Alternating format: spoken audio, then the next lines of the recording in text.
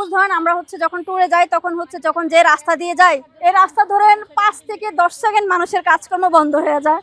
কেন? তাকাই থাকি মেয়ে মানুষ, আল্লাহ সুবহানাল্লাহ, ওয়াও। মানে আস্তে আস্তে মানুষের ভিতরে মানে নেগেটিভ জিনিসটা মানে উঠে গেছে। কারণ আমি ওই 18 থেকে 21 সাল পর্যন্ত যেভাবে মানুষের হচ্ছে কথা শুনতাম বা আশেপাশে মানুষ যেভাবে এটাকে সাপোর্ট করতো না, এখন আপনি অরহরো কুমিল্লা শহরে সব জায়গায় এখন মানুষ এটা দেখে অভ্যস্ত হয়ে গেছে। মানে এমনও হয়েছে অটো অটো একসাথে ওরা হচ্ছে অ্যাক্সিডেন্ট করছে আমার দিকে তাকায় থাকতে থাকতে, যে নিয়ে বাইক চালাচ্ছে, একটা জ্যাম পড়ছে, জ্যামে আমি দাঁড়াইলাম, উনি এভাবে তাকাই আছে অথচ জ্যাম ছেড়ে দিচ্ছে, ওনার গাড়ি এখানে আটকে গেছে। পরে বললাম ভাই গাড়ির জ্যাম তো ছেড়ে দিচ্ছে, টান দেন এবার দেখা শেষ হইলে। ওই প্রথমত মানুষ এভাবে অদ্ভুত করে তাকাইতো। খুব অনেক ছেলেরা আছে যে আপু চলেন রেস করি হ্যান ত্যান, ধরুন বলতাম যে না ভাই আমরা মেয়ে মানুষ, আমরা হচ্ছে রেসের জন্য রাস্তায় নামি না, আমরা আমাদের কাজের জন্য রাস্তায় নামছি। আসলে মূলত এটা শখ থেকে মূলত আমরা এটা আমি স্টার্টিংটা করি। সাইকেল আমি ছোটবেলা থেকেই পারতাম, যখন ক্লাস আমি 2 এ পড়ি তখন থেকে বড় সাইকেল গুলা হচ্ছে ওই যে ভিতরে পা দিয়া চালায়, ওইভাবে আমি নিজে নিজে শিখছি, অনেক হাত পা কাটছি, নিজে নিজে শিখছি। আম্মু হচ্ছে অনেক বকাঝকা করতো যে মেয়ে হইয়া সাইকেল চালাই। এমনও হয়তো যে স্কুল থেকে আসার পরে প্রতি শুক্রবারে আমার বাবা হচ্ছে ঘন্টায় 5 টাকা করে সাইকেল এনে দিত, কারণ মধ্যবিত্ত পরিবারের জন্য ওই ঘন্টা 5 টাকা আমাদের জন্য অনেক কিছু ছিল।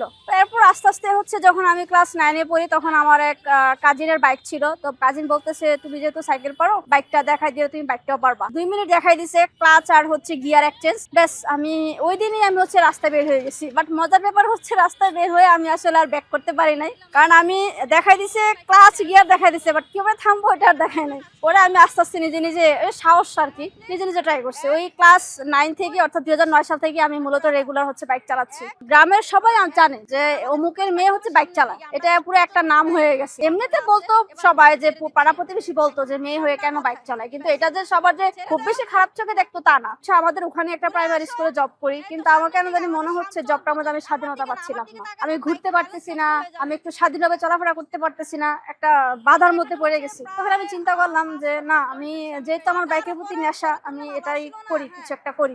আমি ওই জব চলাকালীন অবস্থায় তখন আমি আমার হাজবেন্ডের সাথে পরামর্শ করে হচ্ছে একটা স্কুটার কিনি। আমি তখন পোস্ট করি অনলাইনে। আমি কখনো ভাবি নাই যে আমি পোস্ট করার পর এত হিউজ মেয়েদের রেসপন্স পাবো। প্রায় ধরেন আমার প্রথম পোস্টে 1000-এর উপরে হচ্ছে লাইক শেয়ার হচ্ছে। তখনই আমি একটা স্কুটার কিনে হচ্ছে আমি শুরু করি। সালটা ছিল আপনার তখন 2018 সাল। তো ওখান থেকে আমি হচ্ছে 2 জন নিয়ে স্টার্টিং করি। তো ওখান থেকে 2 জন 1 জন 3 জন করে যখন বাড়তে থাকলো, সংখ্যাটা যখন বাড়তে থাকলো, তখন আমি হচ্ছে নিজে অবাক হয়ে গেছি যে এত মানুষ শিখতে চাচ্ছে, একা কুলাইতে পারতেছিলাম না। একটা মজার ঘটনা হচ্ছে আমি যখন শিখাচ্ছিলাম তখন একটা আঙ্কেল বলতেছিল যে আর কাম পাইছে না, আইসে মায়াপেন্ডে শিয়াইতো, হ্যাঁ ধ্বংস করতে আইসে সমাজ, হ্যান ত্যান এগুলা বলতেছিল। এর 1 মাস পরে দেখি উনি ওনার মেয়েকে নিয়ে আসছে শেখানোর জন্য। প্রথম বাইক ছিল আমার একটা চায়না বাইক ছিল, ঝাড়ার একটা চায়না বাইক ছিল, ওইটা দিয়ে শিখাইতাম, ওইটা দিয়ে আসা যাওয়া করতাম। তখন কিন্তু মোটামুটি কিন্তু করোনা এসে বসছে 2020 সালে, তখন আবার সবকিছু পৃথিবী থমকে যায়। যেহেতু করোনা একটা ছোঁয়াচে টাইপের ছিল, সো সবাই চাচ্ছিল একটা ব্যক্তি স্বাধীনতার বাহন, ওই হিসেবে এটার প্রতি সবাই ঝুঁকে পড়ছে যে বাচ্চাদেরকে অটোতে নেওয়া, গাড়িতে নেওয়া, যদি একটা নিজের বাহন থাকে তো সেক্ষেত্রে তার একটা সেফটিও হইলো, একটা সুরক্ষা হইলো। তখন থেকে হচ্ছে অনেক গার্জিয়ানরাই হচ্ছে আমাদের কাছে শিখতে আসলো। 20-এর পরে আমরা যখন লাস্টে স্টার্টিং করি তখন আমি আবার একটা দিয়ে শুরু করতেছিলাম। তখন এত সারা পাচ্ছিলাম যে আসলে আমার একটা স্কুটার দিয়ে মানে কুলাইতে পারতেছিলাম না। বাংলাদেশ ইয়ামাহা মোটরসাইকেল ব্র্যান্ড, ওনারা হচ্ছে আমার এই ট্রেনিং সেন্টারের প্রতি দেখে ওনারা আগ্রহ হয়ে আমাকে হচ্ছে 50% ছাড় একটা স্কুটার দিচ্ছে। তো ওই স্কুটারটা দেওয়ার পরে আমার এখন 2টা স্কুটার হয়েছে। তো সবকিছু মিলে এমনও হয়েছে আমার প্রতি মাসে আমি 200, 250, 300 জন শিখাইতেছিলাম। দেখতেছি সারা দিন আমি মাঠে বইরা থাকতাম।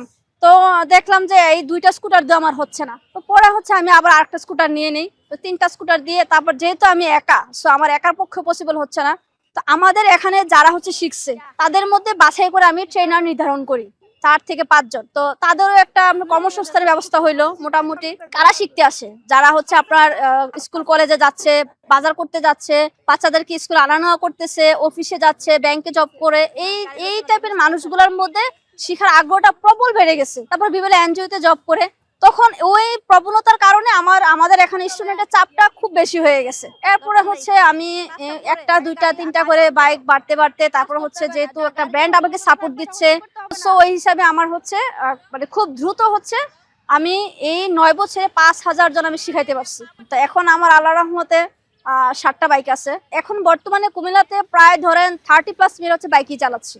এই জিনিসটা এটাই আমার আসলে প্রাপ্তি।